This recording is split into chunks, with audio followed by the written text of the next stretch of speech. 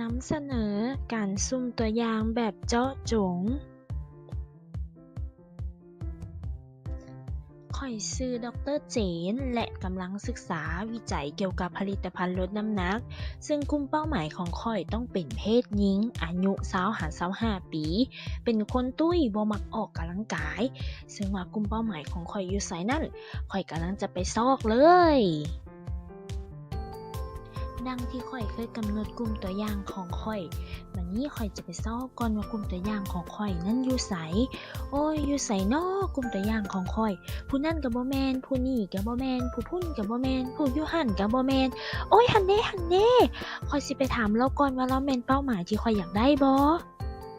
สบายดี ข้อย ดร. เจน เด้อ ข้อยขอสอบถามข้อมูลเพื่อที่จะเอาไปเฮ็ดบทวิจัยแหน่ เจ้าเป็นเพศหญิงแม่นบ่เจ้า แม่นแล้ว อายุจักปี25 ปี โอ้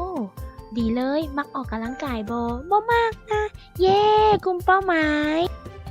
การสุ่มตัวอย่างที่ดร. เจนใช้แม่นการสุ่มตัวอย่างแบบเจาะจง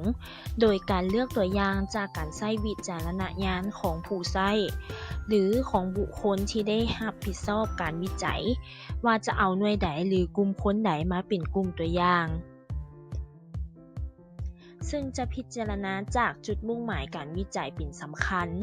การสุ่มตัวอย่างวิธีนี้แม่นให้ความไว้วางใจแก่กลุ่มตัวอย่างที่กำหนด ว่าจะสามารถให้คำตอบและข้อมูลต่อกับงานวิจัย เพื่อสอดคล้องกับจุดมุ่งหมายของการวิจัยนั้น